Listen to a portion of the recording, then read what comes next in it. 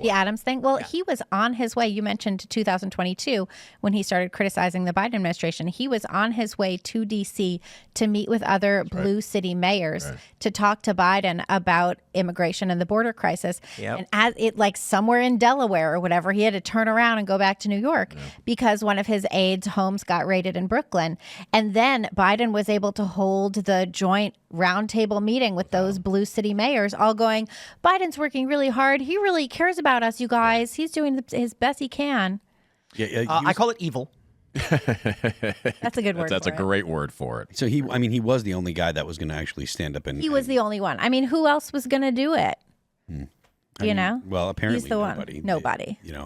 Well, it just seems like you brokered a deal with Trump, and that's fine. That happens all the time. But I think to the point. Well, that's what the DOJ said. But what's coming is these people who have resigned, these people who have just been fired.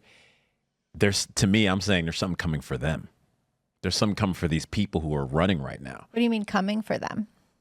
Did they do everything in an up and up, just like the J6, attorneys? No. I Just think like they should go to a lot jail. of these. Yep, exactly. There's a lot of these judges who are the same way. Where these individuals knew that they were acting in violation of the law. Let me just I'll give you an example. There was a story today that a CBP agent was arrested for allegedly being a member of the cartels. Yeah. And my point was, whenever we talk about law enforcement, there is a conservative bias. I'm not saying everybody on the right is a conservative to believe the cop was doing nothing wrong. That is, we know from Dr. Phil that CBP agents were facilitating child trafficking, that children were coming across the border with numbers on their arms. They'd look at the number, call, knew it was a child slaver, and they'd say, send him anyway. The presumption, the bias in the mind of the right was, these are guys who don't want to do this, but Biden's making them do it. They never stopped to consider that some of these guys might literally be cartel members who infiltrated government. So my point is, do not presume these FBI agents, because we had a guy on last week who said there's a lot of good patriots serving and, they had bad administrative leadership. Stop assuming that. Some of these guys might be literal activists who applied for the express purpose of being able to weaponize the DOJ against political ideology. And they're literally sitting behind the scenes going, we got to get Trump supporters arrested so we can stop Trump from winning. Oh, yeah. And I know that's what happened. When I got arrested on the 30th, and we're driving in a car, I'm like, you guys know where I live. You guys could have called me. We could have had a conversation. The agent literally said to me, well, we didn't want you to be prepared.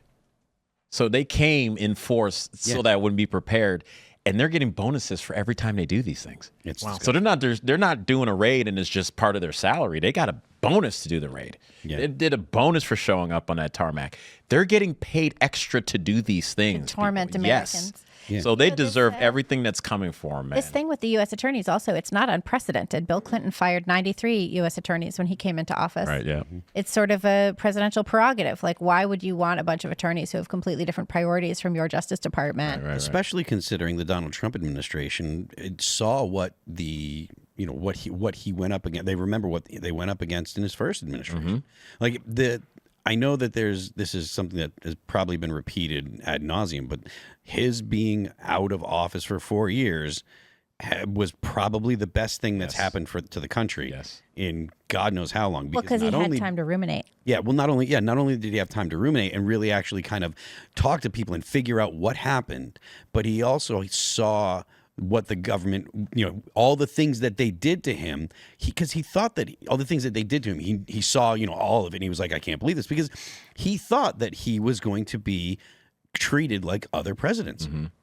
He thought that once I get elected, or now that I'm elected, if I just play ball with them and I, use the guys that they want, then they'll treat me. Eventually, they'll come around. That clearly isn't. Well, no, I mean, Joe Biden stripped him of his security clearance, and then everyone was like, "Well, he doesn't have a need for that." And then everyone kind of freaked out when Trump was like, "You know what? We're stripping you of your security clearance, you old man." I want to jump to this next story, but I just have to point this out for no reason. That I've been saying ruminate a bit for the past couple of weeks, and then you said it. And then I just thought about it, and I'm like, I don't actually know the root of ruminate. It means to chew on cud. Nice. So it's a reference to cows and thing. Goats just sitting there chewing on it for a long period of time. Well, there's worse things you can be. So when we say, he ruminated, he was chewing on. It's just funny we were an agrarian society for a while. Right. Kind of phrases, words were tossed around like somebody saw the goat sitting there just chewing on cud. and then use it as an analogy for thinking deeply and sitting there staring off in the distance. So that's what it looks like they're doing. If you actually just look at a cow, he's like philosophy. He's like, man, how big is that moon really? That goat is sitting there chewing the cud going, man, how many of these FBI agents need to go to prison?